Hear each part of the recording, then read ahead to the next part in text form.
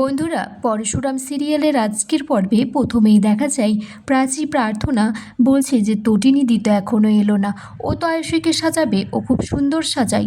তখন তটিনী বলছে আমি চলে এসেছি। কি ভেবেছিলি আমি আসবো না? আমার বোনের বিয়ে বলে কথা, আমাকে তো আসতেই হতো। তটিনী তারপর আয়ুষীকে বলে যে তার ফোনটা অটোতে হারিয়ে গেছে, তার ফোনটা দিতে সে পরশুরামকে ফোন করবে। পরশুরামকে ফোন করলে পরশুরাম বলছে যে তুমি তটিনী। তটিনী তখন পরশুরামকে বলছে তুমি কোথায়? তখন পরশুরাম অবাক হয়ে যায় যে তটিনী কিভাবে অত উপর থেকে পড়ে ও এখনো কিছু ক্ষতি হয়নি ওর। পরশুরাম তখন বলছে তুমি কে তটিনী? তুমি কি পাগলের মতো কথা বলছো? অত উপর থেকে পড়ে। তখন থেমে যায়। তখন তটিনী বলছে কি বলছো অত উপর থেকে পড়ে মানে? লাট্টুপিকো ঠিক আছে তো? পরশুরাম তারপর তটিনীর কাছে জানতে চাই যে সে কোথায় আছে। তটিনী বলছে আমি আয়ুষীকে সাজাতে এসেছি এই বাড়িতে। তটিনী তারপর পরশুরামকে বলছে তুমি লাট্টুপিকোকে নিয়ে তাড়াতাড়ি এই বাড়িতে এসো, সবাই তোমাদের জন্য অপেক্ষা করছে।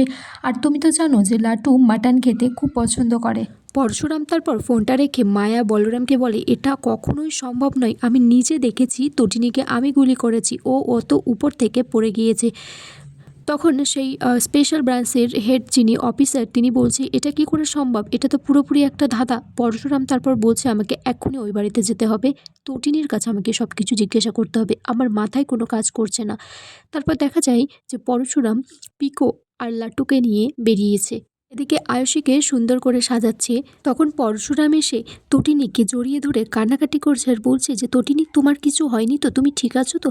তখন প্রাচী বলছে বাবা এত ঢং এত ভালোবাসা। তখন নন্দিনী বলছে হ্যাঁ, দেখলেই বোঝা যায় ওরা একে অপরকে অনেকটাই ভালোবাসে। তারপর পরশুরাম সেখান থেকে চলে গেলে লাট্টু বলছে আমার পা মাম্মিকে কোলে তুলে নিয়ে ছোট বেবিদের মতো করে নিয়ে যাই আমরা যখন ঘুমিয়ে থাকি। আরাধ্যা তখন বলছে বাবা জিজু তোকে এত ভালোবাসে। তখন নন্দিনী বলছে হ্যাঁ, ওকে সত্যি তটিনী তুই খুব ভাগ্যবান, কিন্তু এত ভালো একটা বর পেয়েছিস। এদিকে পরশুরাম বসে বসে ভাবছে আর কাঁদছে। তখন সেখানে লাট্টু আসে আর বলছে তুমি কি দুঃখ পেয়েছো কারোর কথায়? তারপর সেখানে তটিনী আসে আর বলছে পরশুরামকে তোমার কি শরীর খারাপ লাগছে, কি হয়েছে, এরকম কেন করছো? তখন পরশুরাম বলছে সত্যি তোমার কিন্তু কোথাও লাগেনি, তোমার কিচ্ছু হয়নি? তখন তটিনী বলছে না।